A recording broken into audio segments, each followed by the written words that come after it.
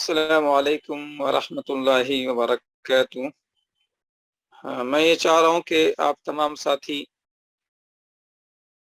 قتل کی 5 قسمیں ہیں تو اسے پڑھ لیں۔ گروپ میں نے بھیج دیا ہے، مشارکین افتاح کورس والا جو گروپ ہے اس میں اس تحریر کو پڑھ لیں۔ ایک 3-4 منٹ کا وقفہ جو ہے رہے گا، آپ حضرات پہلے وہاں جا کر پڑھ لیں۔ ایک 3-4 منٹ کے بعد بات شروع کرتا ہوں۔ ویسے میری آواز آپ حضرات تک جا رہی ہے صاف؟ اچھی بات ہے، چلیے ماشاء اللہ۔ اچھا، آپ تمام ساتھی اب مطالعے کو چھوڑ کر کتاب کی طرف آ جائیں۔ جب وہاں پہنچیں گے تو ایک مرتبہ میں اس کی خواندگی کر دوں گا تو تمام مشترکہ طور پر میری آواز سن لیں گے۔ اس تحریر کو میں سنا دوں گا۔ اب کتاب کی طرف آ جائیے تمام ساتھی۔ میں نے کتاب کھول دی ہے، اسکرین پر دیکھیے۔ بسم اللہ الرحمن الرحیم۔ ترتیب و تقسیم الترکہ، یہ سب عنوان تو بعد میں ڈالا گیا ہے، کتاب کا حصہ نہیں ہے۔ اس سے پہلے بھی میں نے عرض کیا تھا۔ تو میت کے ترکہ سے تجہیز و تکفین، اور کوئی قرض ہو تو اس کی ادائیگی، اور وصیت کی ہو تو تہائی مال میں وصیت کے نفاذ کے بعد اب بچے ہوئے مال کو تقسیم کیا جائے گا وارثین کے درمیان۔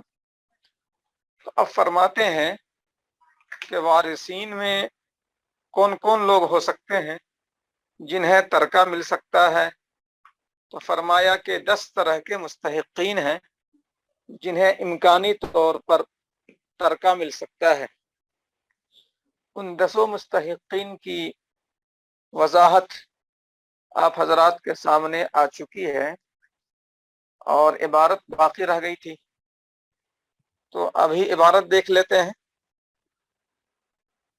اور اس میں بعض عبارتوں کی وضاحت تو میں نے کل بھی کر دی تھی۔ مقرر لہ بالنسب علی الغیر کو عبارت لکھ کر واضح کر دیا تھا، موسیٰ لہ بجمیل مال کو لکھ کر واضح کر دیا تھا، اور ثم بیت المال جو آخری ہے اس کو بھی لکھ کر واضح کر دیا تھا۔ البتہ شروع کا واضح نہیں کیا تھا، تو شروع کا یہاں سے فَيُبْدَأُ بِأَصْحَابِ الْفَرَائِضِ، ان سب کی تعریفات بھی آ چکی تھی۔ تو آغاز کیا جائے گا اصحاب الفرائض سے، اور اس کی تعریف جو ہے میں نے لکھائی تھی، اور کتاب میں بھی اس کی تعریف موجود ہے۔ اصحاب الفرائض یہ وہ لوگ ہیں جن کا اللہ تعالیٰ کی کتاب میں مقررہ حصہ ہے، یعنی کہ جن کے مقررہ حصے ہیں اللہ کی کتاب میں۔ تو کتاب اللہ جو ہے کہا گیا، ان کے حصے قرآن کریم میں موجود ہے، اسی لیے حدیث شریف کی بات بھی نہیں آئی، سیدھے اور صرف کتاب اللہ کی بات آئی۔ تو اصحاب الفرائض جو ہیں 12 ہیں، تو 12 کون کون لوگ ہیں وہ سب باتیں آ رہی ہیں۔ ابھی اس میں مت جائیے، کون کون لوگ ہیں، کیا کیا ہے، کیا کیا احوال، ابھی اس میں مت جائیے۔ بس اتنا ہے کہ اصحاب الفرائض جو ہیں وہ لوگ ہیں جن کا حصہ اللہ نے متعین کر دیا ہے۔ نمبر 2 پر اصحاب الفرائض کا مقررہ حصہ دینے کے بعد جو بچے گا تو بچا ہوا عصبات لے لیں گے۔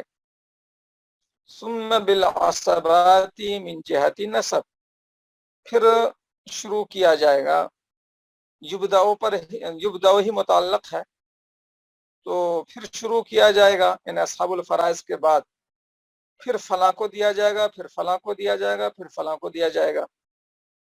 تو اس طرح کی تعبیر ہے۔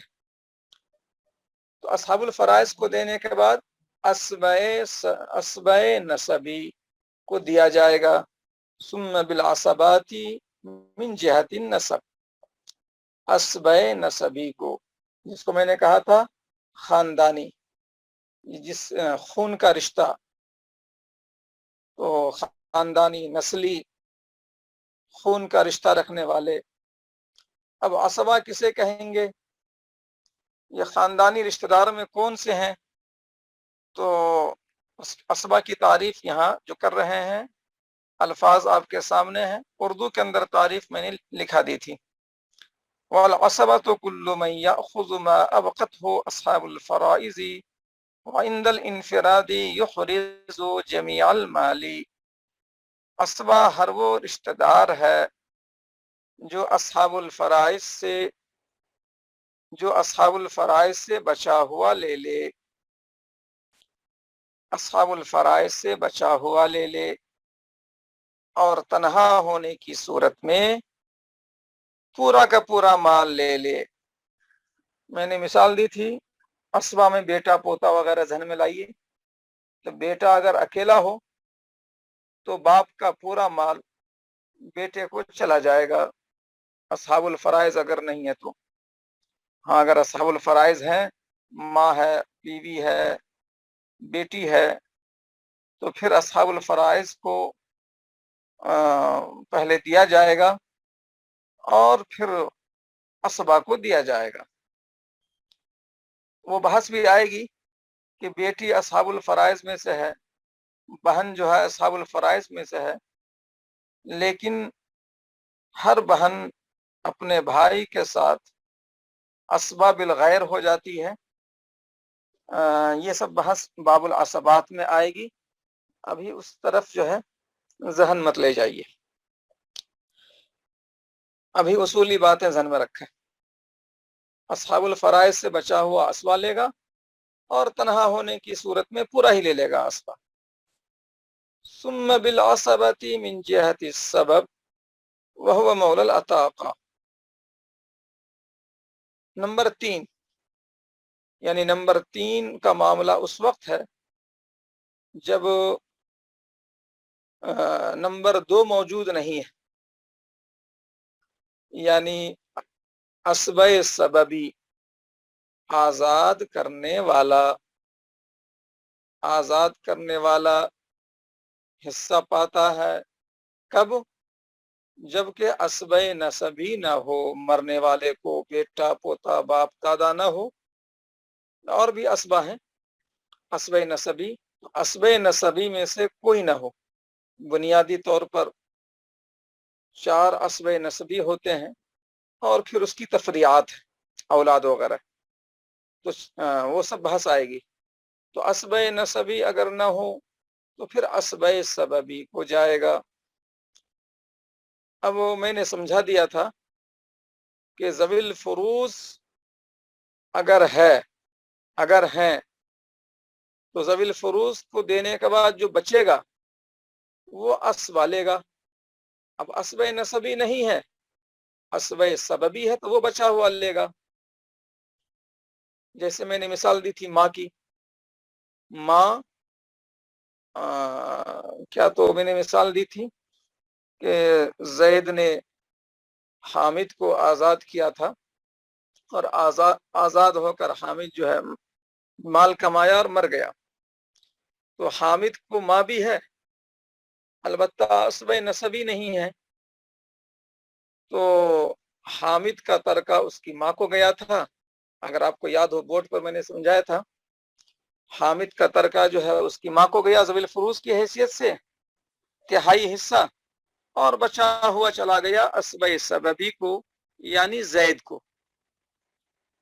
اور اگر ذوی الفروض نہ ہو اور عصبہ نسبی تو ہے ہی نہیں، ذوی الفروض بھی نہیں ہے، تو پورا کا پورا چلا جائے گا عصبہ سببی کو۔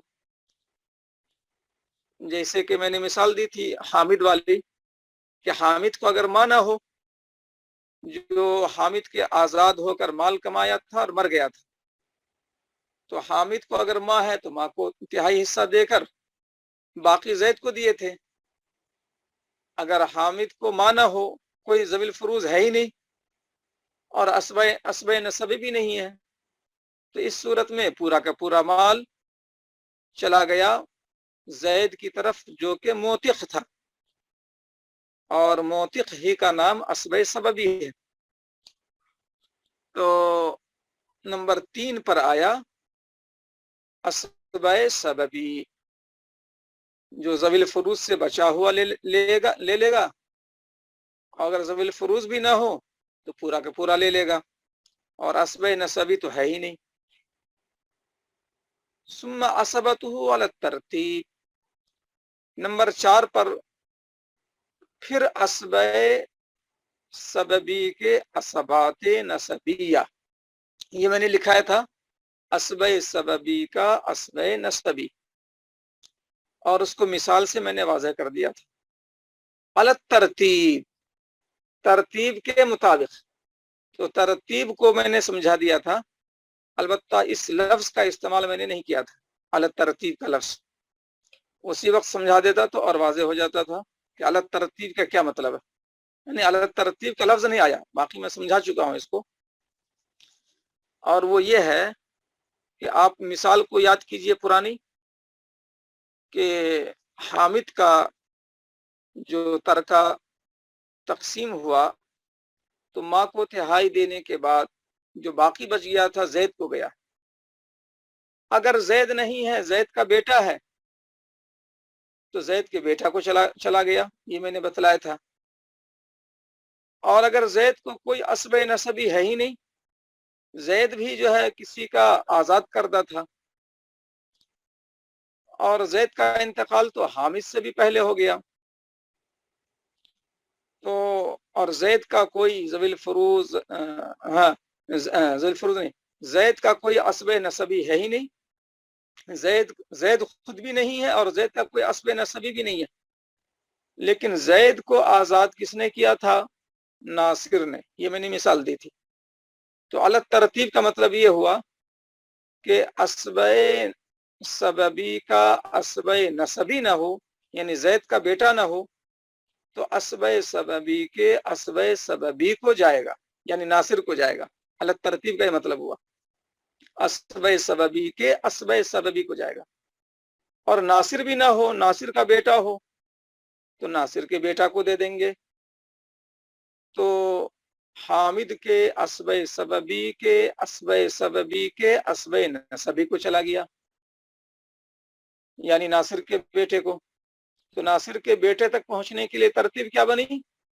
حامد کے اسبہ سببی یعنی زید کے اسبہ سببی یعنی ناصر کے اسبہ نسبی یعنی ناصر کا بیٹا، یہ ترتیب کا مطلب ہے، اور ناصر کا بیٹا بھی نہ ہو اور ناصر کو بھی کسی نے آزاد کیا تھا، تو ناصر بھی اسبہ سببی ہے، اور ناصر کو بھی کسی نے آزاد کیا تھا، وہ زندہ ہے، تو حامد کے اسبہ سببی کے اسبہ سببی کے اسبہ سببی، اس طرح سے معاملہ اوپر چلا جائے گا۔ یہ ساری باتیں پہلے درس میں آ چکی ہیں، پرسوں والے درس میں۔ تو چوتھے نمبر پر یہ اسبہ سببی کے اسبہ نسبی، وہ نہ ہو تو اسبہ سببی کے اسبہ سببی، وہ بھی نہ ہو تو اسبہ سببی کے اسبہ سببی کے اسبہ نسبی، اس طرح آگے بڑھتے جائیں گے، لیکن وہ دور تو ہے نہیں اب، نمبر اور نمبر 4 تو ایسے ہی ختم ہو گیا۔ نمبر 5 ثم الرد علی ذوی الفروز عصبیہ بقدر حقوقہم، یہ 5واں جو ہے کل ہی آپ حضرات کو بتلا دیا گیا تھا، پھر ذوی الفروز نسبیہ پر رد کیا جائے گا، یہ کب ہوگا؟ جب اسبہ نسبی اور اسبہ سببی یعنی اسبات جتنے بھی ہیں، جتنے بھی اسبات پڑھے آپ نمبر 2 پہ، نمبر 3 پہ، نمبر 4 پہ، جتنے بھی اسبات ہیں، اگر اسبات سرے سے نہ ہو تو ذوی الفروز کو دینے کے بعد بچا ہوا مال انہی ذوی الفروز پر رد کر دیا جاتا ہے، یہ بات بھی مثال سے آ گئی تھی، اور مثال ہی آئی تھی نسبیہ کی، کہ ذوی فروز میں سے دو ایسے ہیں جن پر رد نہیں ہوتا ہے، اور وہ میاں بیوی ہیں. کیونکہ میاں بیوی جو ذوی فروز ہوتے ہیں وہ سببی ہوتے ہیں، نسبی نہیں ہوتے ہیں. سبب یعنی زواج، نکاح. سبب یعنی زواج یا نکاح کی بنیاد پر وہ ذوی الفروز بنتے ہیں. تو ذوی الفروز جو سببی ہیں زوجین، ان پر رد نہیں ہوتا ہے، رد ہوتا ہے نسبی پر. تو گویا میاں بیوی کے علاوہ دوسرے جو ذوی الفروز ہیں، بیٹی، پوتی، ماں، نانی، دادی، بہن یعنی عینی بہن، لاتی بہن، اخیافی بہن، یہ سب ذوی الفروز نسبیہ ہیں، ان پر رد ہوگا. بقدر حقوقہم، ان ذوی الفروز میں اگر کئی ہیں اور ہر ایک کا حصہ الگ الگ ہے، کسی کو تہائی ہے، کسی کو چھٹا ہے، کسی کو آٹھواں ہے، تو جس کو جس انداز کا حصہ ہے، کسی کو کم کسی کو زیادہ، تو رد بھی کریں گے اسی تناسب سے. کم والے کو کم رد ہوگا، زیادہ والے کو زیادہ رد ہوگا، یعنی ان کے حصوں کے تناسب سے رد ہوگا. اس کو میں نے کل مثال سے بتلا دیا. یہ 5 ہو گئے. اگر یہ 5 نہیں ہیں، ذوی الفروز بھی سرے سے نہیں ہیں، عصبات بھی سرے سے نہیں ہیں، بالکلیہ نہیں ہے 5، تب جا کر نمبر 6 پر ہو جائے گا ذوی الارحام. ثم ذوی الارحام، پھر ذوی الارحام کو دیا جائے گا. ذوی الارحام سے مراد جو ہے میں نے لکھا تھا، پھوپھی ہے، خالہ ہے، ماموں ہے، اور ان سب کی اولاد بھی ہے، اور اخیافی چچا جو ہے وہ بھی آتا ہے. یہ 4 بنیادی ذوی الارحام میں. پھر اس کے بعد جو ہے ان کی فروعات وغیرہ کی بحث آتی ہے، یا یہ کہ ان کے اصول کی بحث آتی ہے، نانا وغیرہ ہے. تو بہرحال ذوی الارحام کی مستقل بحث ہے، 20 صفحات کے آس پاس میں، وہ مستقل کتاب میں موجود ہے. ذوی الارحام کو دیا جائے گا نمبر 6 پر. ذوی الارحام بھی نہیں ہے تو نمبر 7 پر مولا الموالات کو دیا جائے گا.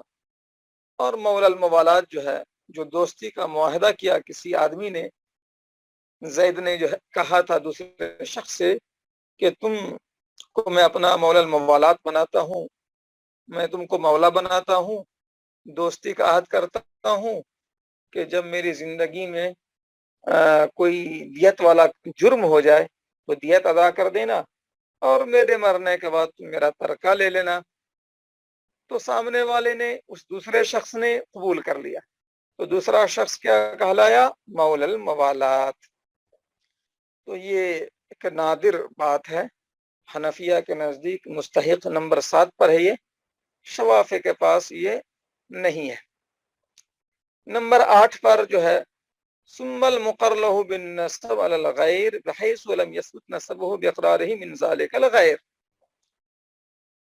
8ویں نمبر پر میراث اسے ملے گی جب نمبر 7 تک نہ ہو. نمبر 1 والا نہیں، 2 والا نہیں، 3 والا نہیں، 4 والا نہیں، 5 والا نہیں، 6 والا نہیں، 7 والا نہیں، کوئی نہیں ہے، 8واں ہے.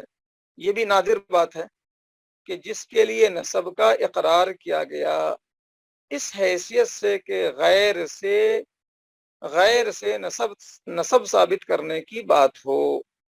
یعنی کہ جیسے کہے کہ میرا بھائی ہے، تو گویا بھائی کہنے کا مطلب یہ ہے کہ غیر سے یعنی باپ سے، غیر سے یعنی باپ سے نسب ثابت کرنے کی کوشش ہوئی، لیکن غیر نے یعنی باپ نے نہ تو اقرار کیا نہ تو انکار کیا.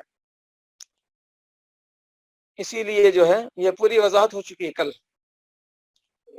جب نہ تو اقرار کیا نہ انکار کیا، اسی لیے جو ہے یہ مکمل بھائی کا درجہ زید نے جس کے لیے بھائی ہونے کا اقرار کیا وہ مکمل طور پر بھائی نہیں ٹھہرا، یعنی باپ کا بیٹا حقیقی قرار نہیں پایا کیونکہ باپ نے اس کا اقرار نہیں کیا ہے.